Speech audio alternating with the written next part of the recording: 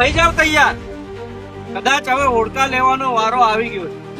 અમદાવાદ છોડો, સુરત છોડો, વલસાડ છોડો, ભરૂચ છોડો, અરે આખું છોડો ગુજરાત. ભારતથી લઈ અને દક્ષિણ કોરિયા સુધી 10,000 કિલોમીટરની સફેદ વાદળોની પટ્ટી છે એ ઘેરાઈ ગઈ છે. અને રિસર્ચ એવું કહે છે, વિશેષજ્ઞો એવું કહે છે કે જુલાઈના અંત સુધી ભારતમાં, ગુજરાતમાં અને ગુજરાતના ઘણા બધા જિલ્લાઓમાં મેઘ તાંડવ થવાનું છે. એટલે જુલાઈ ખૂબ જ અઘરો જવાનો છે. આ તો શરૂઆત છે.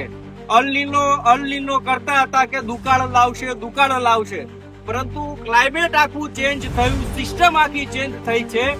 ભારતથી લઈ અને દક્ષિણ કોરિયા સુધી 7,000 થી લઈ અને 10,000 કિલોમીટરની વાદળોનો સીધો પટ્ટો છે જોવા મળી રહ્યું છે. અને તારણકર્તાઓ જે છે એવું કહી રહ્યા છે કે આ વરસાદ જે વરસવાનો છે એ ભૂકા ભાડ વરસાદ વરસવાનો છે. દેવા ધાર, સાંભેલા ધાર, કે તમે જે પણ એના માટે આનાથી ઉપરના શબ્દો વાપરી શકો એવો વરસાદ વરસવાનો છે. એટલે જ પહેલા મેં કીધું કે થઈ જાવ તૈયાર. કદાચ હોડકા લેવા પડે. અમદાવાદ તો વોટર પાર્ક બની ગયું છે, બધાએ જોયું છે.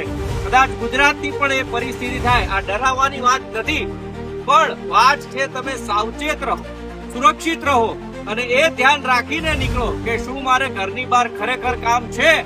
જો નથી તો ઘરે મસ્ત આરામ કરો અને પરિવાર સાથે મજા કરતા કરતા સુરક્ષિત રહો. એ ફોટો પણ હું તમને બતાવું છું કે ફોટાની અંદર આખો 7 થી 10,000 કિલોમીટરનો આખો વાદળનો જે પટ્ટો છે દેખાઈ રહ્યો છે. ખૂબ ડરામણો છે, પણ આપણે ડરવાનું નથી, સાવચેત રહેવાનું.